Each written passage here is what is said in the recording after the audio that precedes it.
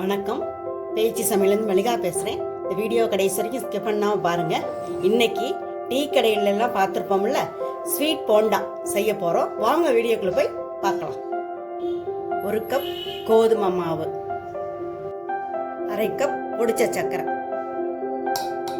1/2 cup idli மாவு, தோசை மாவு எது வேணாலும் போட்டுக்கலாம். மிக்ஸ் பண்ணலாம்.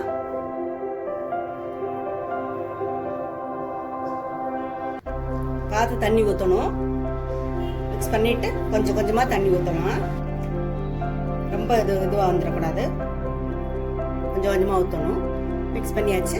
இப்போ கால் ஸ்பூன் சோடா போட்டுக்கலாம். பேக்கிங் சோடா போட்டு மிக்ஸ் பண்ணணும்.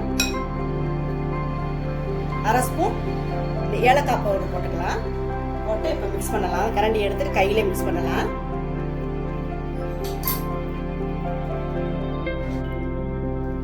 இந்த அளவு எண்ணெயில் இப்படி எடுத்து போட்டோம்னா புளிக்கிற அளவுக்கு கரெக்டாக இருக்குது. இந்த அளவு போதும்.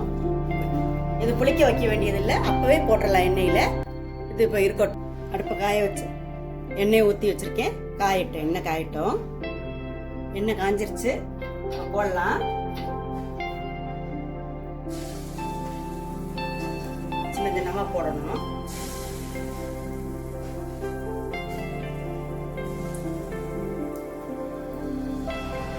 வேகட்டும்.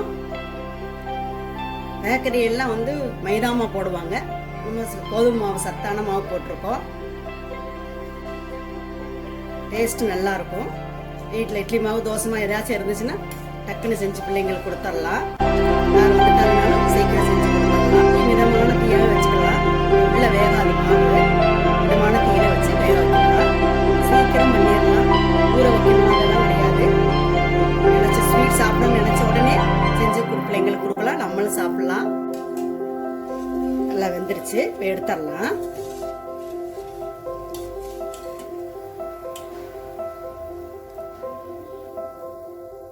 சூப்பரான, சுவையான, மணமான டீ கடை ஸ்வீட் போண்டா ரெடி ஆயிடுச்சு.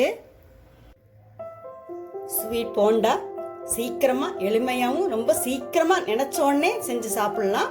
நீங்களும் ஸ்வீட் போண்டாவை செஞ்சு பார்த்துட்டு எப்படி இருக்குது என்னன்னு கமெண்டில் சொல்லுங்கள். லைக் பண்ணுங்கள், ஷேர் பண்ணுங்கள். வீடியோ பிடிச்சிருந்தா பேச்சு சமையலுக்கு சப்ஸ்கிரைப் பண்ணுங்கள். நன்றி, வணக்கம், வாழ்க வளமுடன். அடுத்த வீடியோவில் உங்களை பார்க்குறேன்.